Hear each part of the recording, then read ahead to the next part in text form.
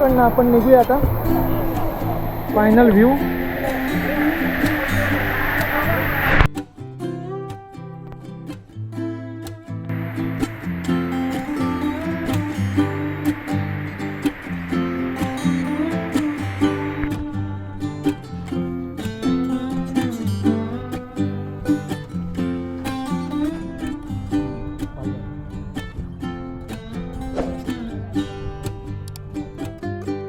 तर मित्रांनो, आता आम्ही जरा मधल्या ठिकाणी जरा थांबलो वडापाव खायला. आणि इकडेच्या साईडला आतमध्ये एक स्पॉट आहे धरणाचा, हिडन स्पॉट आहे, जो लोकल लोकांना माहिती असतो. तर आम्ही तिकडे जाणार आहोत. आणि हा असा पूर्ण बॅकवॉटर आहे ह्या धरणाचा, छोट्या धरणाचा.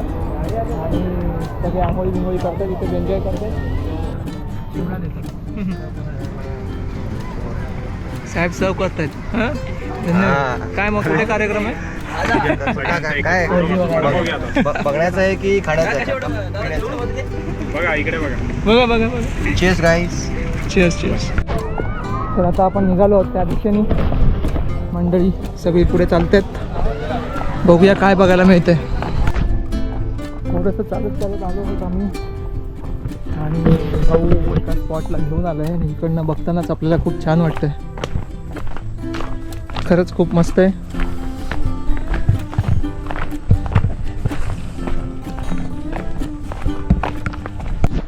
तर मित्रांनो, आपण पोचलो आहोत ह्या स्पॉटला. तुम्ही माझ्या मागे पाहू शकता. आणि ह्याच्या इकडच्या साईडला तुम्ही पाहाल तर इकडनं रस्ता जातोय, असा गावातला रस्ता आहे. खूप छान असं निसर्ग सौंदर्य आपल्याला इकडे पाहायला मिळतं. मंडळी पोचली आहेत पुढे. झालं, खवळे पकडायला चालले ते लोक. टाकातमध्ये नाही घेऊन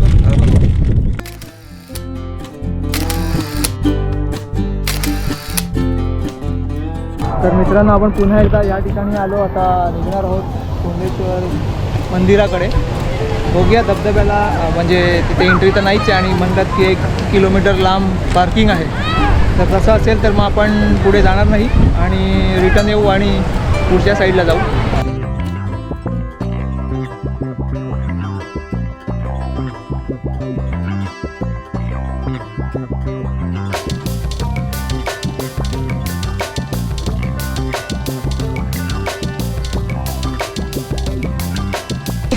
तर मित्रांनो, आपण पोचलो आहोत आता कोंडेश्वर शिव मंदिरामध्ये.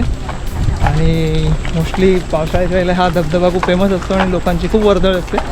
पण आता पावसाळा आहे पण लोक नाही आहेत आणि पाऊस पण नाही आहे असं.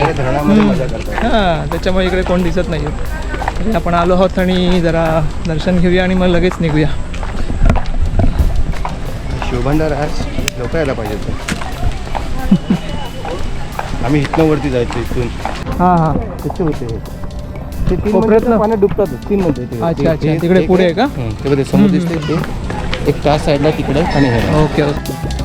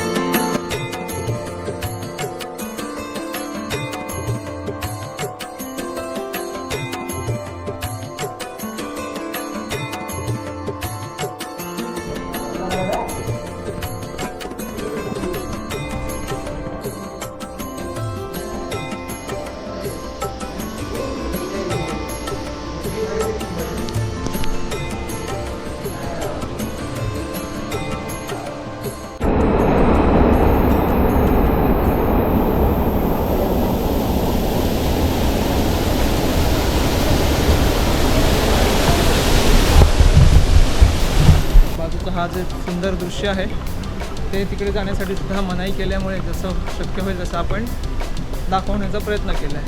आणि ह्या ठिकाणी भरपूर असे इन्सिडेंट झालेले आहेत, त्याच्यामुळे इकडे जाण्याचा जो मार्ग आहे तो बंद केलेला आहे अशा पद्धतीने, म्हणून तिकडे जाता येत नाही. आणि पावसाचा हा जो धबधबा आहे हा खूप फेमस आहे, बऱ्याचदा लोक येतात इथे. पूर्वी तिथे जायला असं वाट होती, ती सगळी बंद केलेली आहे. तर मंदिराच्या बॅक साईडला आहे तो जो धबधबा आपण आत्ता पाहिला आणि इकडनं असं जाता येतं त्या साईडला. आणि हे असं पूर्ण दृश्य खूप शांत वाटतं या ठिकाणी. फक्त पाण्याचा आवाज. जर जास्ती भाविक नसतील तर किंवा पर्यटक नसतील तर, नाहीतर मग पूर्ण गोंधळ असतो. आता आपण निघूया इकडनं. जर तुम्हाला हे देवस्थान आवडलं असेल तर शिवभक्तांनी हर हर महादेव कमेंट करा. आणि आता आपण निघूया पुढच्या वाटेला. इकडे जायचं पण ते पलीकडे आहे, बदलापूरच्या पलीकडे, त्यामुळे तिकडे जायला थोडा वेळ लागेल. ह्या इथे एक आकर्षणाचा विषय असा बनवला आहे हा ब्रिज. या ब्रिजवरनं तुम्ही सेल्फी घेऊ शकता. सेफ्टीपणाने घ्या, पण जास्ती अति गोष्टी करू नका. आणि या ठिकाणी सुद्धा एक असा धबधबा आहे जो तुम्ही एन्जॉय करू शकता. बऱ्याच गोष्टी आहेत, म्हणजे भक्तीसोबत पर्यटन या गोष्टी तुम्ही करू शकता. तर मित्रांनो, आता आपण निघालो आहोत तिकडनं कोंडेश्वरवरून आणि पुढे त्याच्या विचारगिरीकडे जायचं आहे आणि शिवकालीन विहीर. तर बघूया कसं काय होतं आहे.